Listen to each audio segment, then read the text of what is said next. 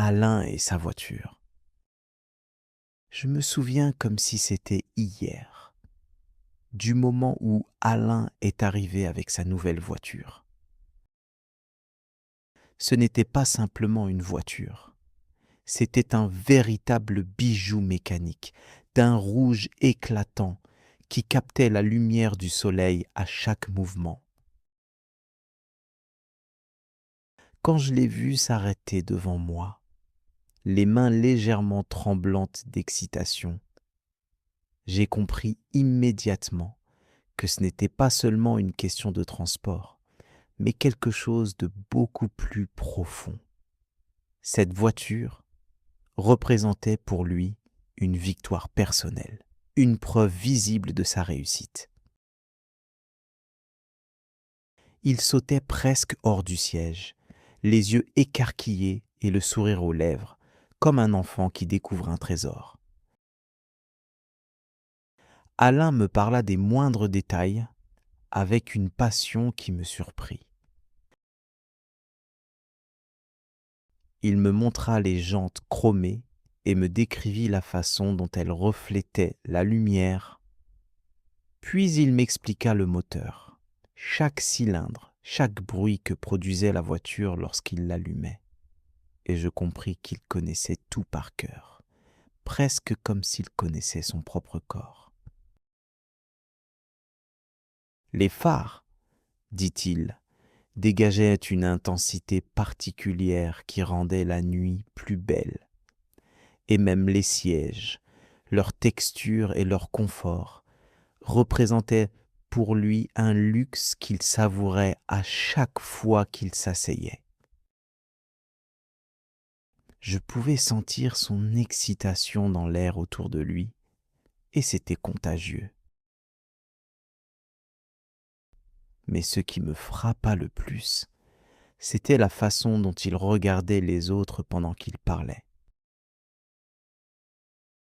Chaque passant qui jetait un coup d'œil à la voiture semblait recevoir un sourire discret mais plein de fierté, comme s'il voulait dire « Regardez ce que j'ai accompli, regardez ce que je possède maintenant ».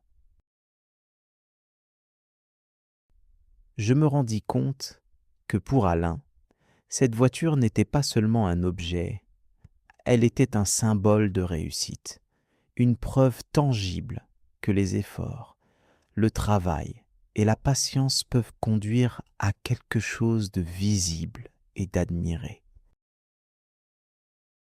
Il aimait le regard des autres, et je voyais bien qu'il cherchait dans chaque œil une confirmation de sa valeur.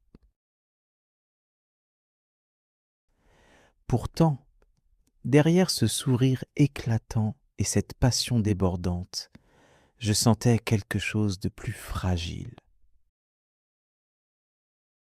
Parfois, lorsqu'il posait sa main sur le volant ou qu'il effleurait la portière, survenait un moment de silence, un léger soupir, comme si une partie de lui savait que cette fierté, aussi belle soit-elle, ne pouvait jamais remplacer la chaleur humaine, l'affection sincère ou la complicité que nous partagions depuis toujours.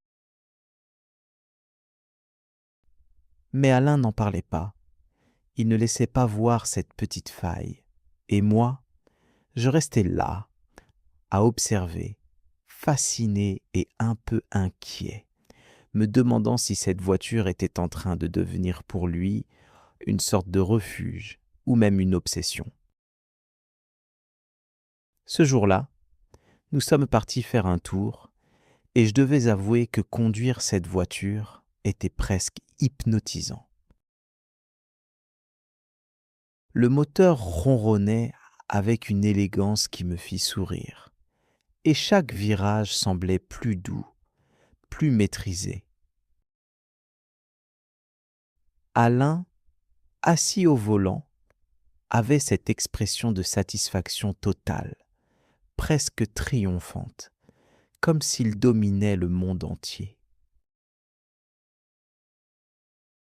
Il parlait sans cesse, décrivant les sensations, les détails techniques et même les petits bruits que la voiture faisait. Et à chaque mot, je voyais son cœur battre pour cet objet, comme si cette machine pouvait contenir tout ce qu'il avait envie de montrer au monde. Ce qui rendait la situation encore plus intense, c'était le contraste avec les autres voitures sur la route. Chaque fois qu'un passant ou un conducteur croisait notre chemin, Alain se penchait légèrement pour observer leur réaction, pour mesurer l'effet que sa voiture produisait. Je voyais bien que ce regard, cette admiration silencieuse, alimentait sa fierté et son sentiment de succès. C'était fascinant, mais en même temps, un peu triste, car je savais que cette fierté était fragile, dépendante du jugement des autres, et qu'elle ne pouvait jamais devenir une véritable joie intérieure durable. Et pourtant, malgré cette impression, je ne pouvais m'empêcher de sourire en le regardant. Il était heureux, sincèrement heureux, même si c'était pour une raison que je sentais à moitié superficielle. Il y avait quelque chose de touchant dans sa manière d'aimer sa voiture avec autant de passion, de la transformer en un symbole de sa vie et de la placer au centre de ses pensées, de ses conversations et de son enthousiasme. Je savais, au fond, que cette voiture n'était pas seulement un moyen de transport pour lui, c'était un miroir, un reflet de ses ambitions, de ses désirs et, peut-être, de ses manques. Alors que nous rentrions, le soleil se couchait et la lumière se reflétait sur la carrosserie rouge, brillant comme un feu doux. Je regardais Alain, le sourire aux lèvres et les yeux remplis d'un mélange de fierté et de bonheur presque enfantin. Je me dis que, pour lui, cette voiture représentait tout ce qu'il avait voulu être jusqu'à présent. Admiré, respecté, admiratif et enfin un peu plus important aux yeux du monde. Mais je sentais aussi qu'une question restait en suspens. Est-ce que cette fierté pouvait vraiment remplir un cœur humain? Au fil des semaines, quelque chose changea chez Alain. Sa voiture restait toujours parfaite, brillante comme un bijou exposé sous une lumière de musée, mais son enthousiasme semblait s'être transformé en une sorte de rigidité, comme si chaque sourire qu'il affichait était désormais calculé. Lors des sorties entre amis, il continuait à parler de sa voiture avec passion, mais je remarquais qu'il restait souvent à l'écart, observant plutôt qu'écoutant, mesurant l'effet que chaque mot produisait sur les autres. Il voulait toujours montrer, toujours impressionner, et je voyais bien que derrière ce masque de fierté se cachait une solitude que personne ne pouvait combler. Il y avait des moments où je le surprenais assis dans sa voiture, seul, regardant le tableau de bord avec une concentration presque religieuse, comme si les voyants lumineux pouvaient remplacer une conversation ou une présence chaleureuse. Je le regardais en silence, ressentant à la fois de l'admiration pour sa discipline et de la tristesse pour son isolement.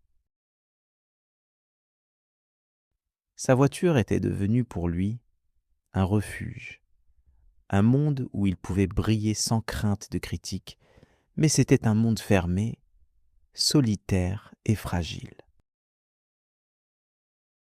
Même le bruit du moteur, qui autrefois le faisait sourire, semblait maintenant presque comme un compagnon silencieux, incapable de répondre à ses émotions. Lorsqu'il parlait aux autres, je remarquais un léger changement dans sa voix. Ses récits techniques étaient toujours précis et détaillés, mais il y avait un petit vide, comme si ses mots perdaient leur chaleur. Il confondait admiration et affection, possession et amour. Je voyais ses amis sourire, hocher la tête, mais aucun ne pouvait vraiment partager ce qu'il ressentait. Et moi, je me demandais souvent comment il pouvait passer autant de temps à chercher la reconnaissance dans les yeux des autres, alors que l'amitié, la vraie, était juste à portée de main. Un soir, nous avons assisté à une petite fête. Alain était arrivé en voiture, comme toujours, et chacun semblait impressionné par son bijou mécanique.